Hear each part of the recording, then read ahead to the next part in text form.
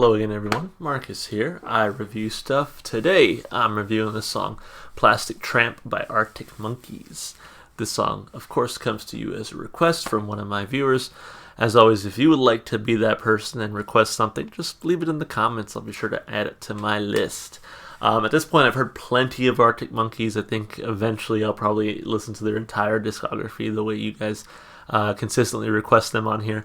But I gotta say, they're one of my favorite bands that I have discovered through my channel. You know, I had never listened to them before starting the channel, and so you guys have kind of got the ball rolling, and I've heard quite a bit of their music at this point, and I have loved almost every single one of those. So a lot of songs on the playlist, a lot of songs amongst my current personal favorites. So I hold this band in high regard, and I just hope that this song kind of holds up to what I've come to expect from them. So let's give it a shot. Again, this is Plastic Tramp, Arctic Monkeys. Here we go.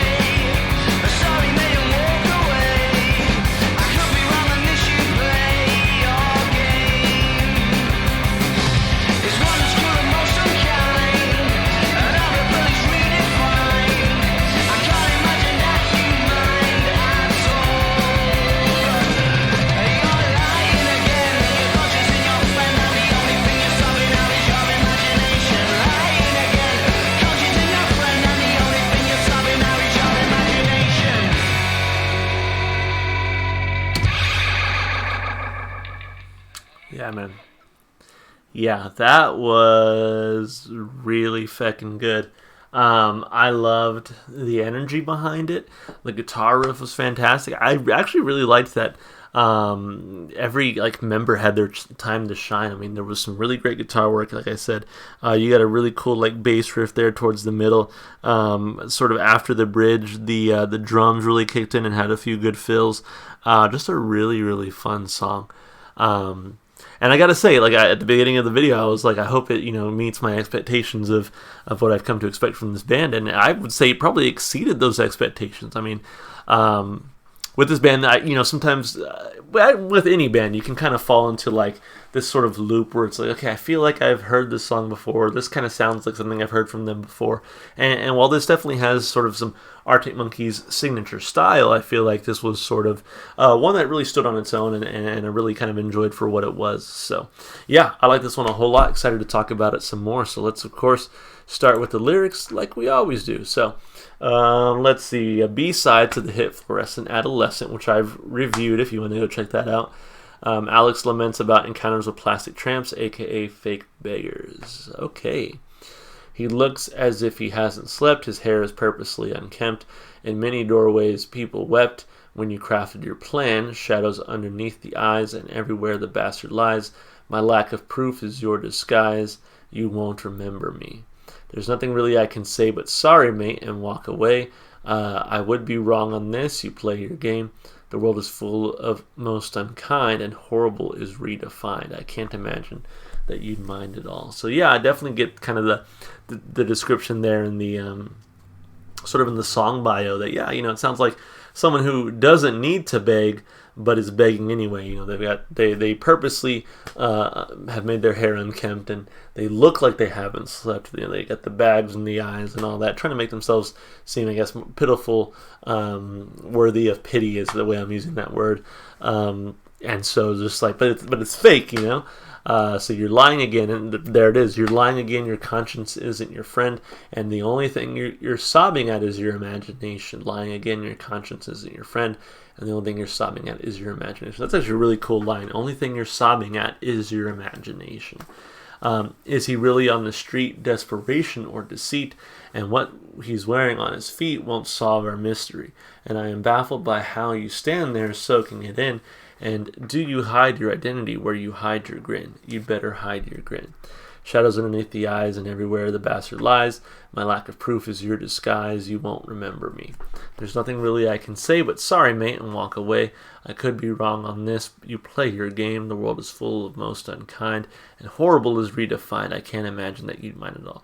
I will say, to my knowledge, like those people who, pretend to be poor or homeless or what have you, and so beg for money, like, I feel like the ones who pretend are very few and far between. People always say, well, they could be someone who is just begging for money so they don't have to get a real job or whatever, right? But I feel like that's few and far between. I mean, I don't know, I'm sure there's some statistics on it somewhere, but it's like, most homeless people are like homeless. Most poor people are poor. They're not pretending to be, the ones who are probably some tiny percentage. So I feel like you can't justify like, oh, sorry, man, I can't help you just because you could be a faker, because they also could be someone who like needs that to survive. Regardless, I don't think there should be homelessness anywhere. There shouldn't be homelessness in a society that claims to care about its people, that has the resources to do something about it. But let me get off my soapbox and enjoy the rest of the song. Let's see. Chorus, you're lying again, your conscience isn't your friend. And the only thing, so it's exactly that. It's about someone who is it's like begging, but they don't have to. They're being shady, they're kind of messed up.